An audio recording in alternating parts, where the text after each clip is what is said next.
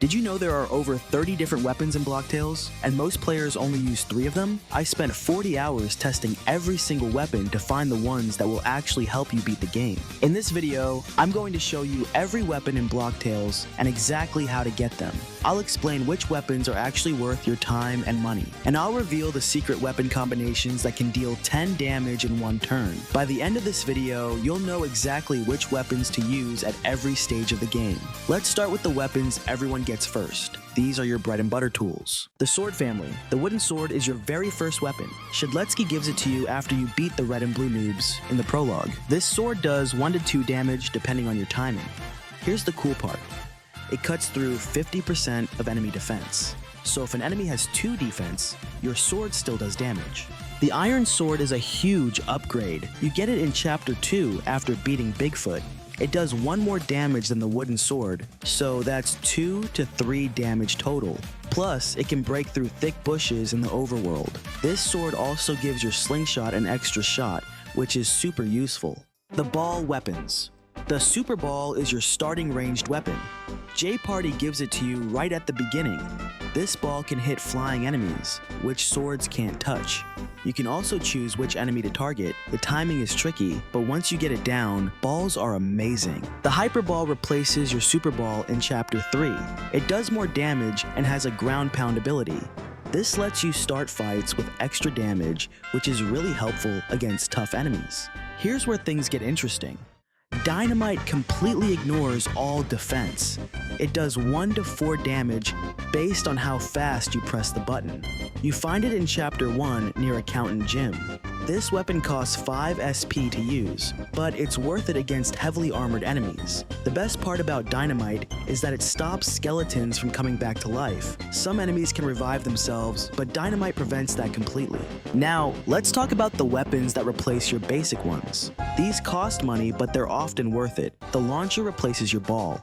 It costs 300 ticks from Ty's shop, but you can get it cheaper for 150 ticks from the Banished Knight. This weapon is incredible for crowd control. It hits the main target and also damages enemies next to them. Plus, it lowers their defense for 3 turns. Here's the catch. If you miss the timing, the launcher does no damage at all. But if you hit it, you're dealing damage to multiple enemies and making them easier to hurt later. The slingshot replaces your sword and costs 105 ticks. This weapon shoots 2 to 5 pellets depending on how long you charge it. Each pellet does 1 damage, so you can do up to 5 damage in one hit. It can also target flying enemies, which normal swords can't. The downside is that slingshots can't hurt enemies with defense unless you have the Power Shot card. But when you do have Power Shot, the slingshot becomes one of the best weapons in the game. You get the shovel from the Great Flotchy in chapter 4. It does 3 damage and ignores all defense. It also confuses enemies for 4 turns, making them attack each other instead of you. In the overworld, you can dig under sand blockades to reach new areas. Rocket boots. These boots let you fly around the map and do 5 damage to any enemy, including flying ones. They cost 3 SP to use. You can cross areas without ground and reach secret locations that are normally impossible to get to. The Ghost Potion makes you invincible for 1 turn, but then you can't do anything the next turn. It only costs 1 SP, so it's great for surviving really powerful attacks. You get it by completing the Ghost Chef's quest in chapter 3. Ice Dagger from chapter 1. This sword heals your entire party for 20% of their maximum HP and SP. It costs 1 NRG to use. NRG is different from SP. You only get a little bit each turn. This sword is amazing for long fights where you need to stay healthy. Venom Shank from chapter 2. This sword hits all enemies for 2 damage and poisons them for 3 turns. The poison does extra damage each turn. It also costs 1 NRG. This is perfect for fights with lots of weak enemies. Ghostwalker from chapter 3. This is the ultimate defense sword. It makes your entire party dodgy for 2 turns, which means enemy attacks go right through you.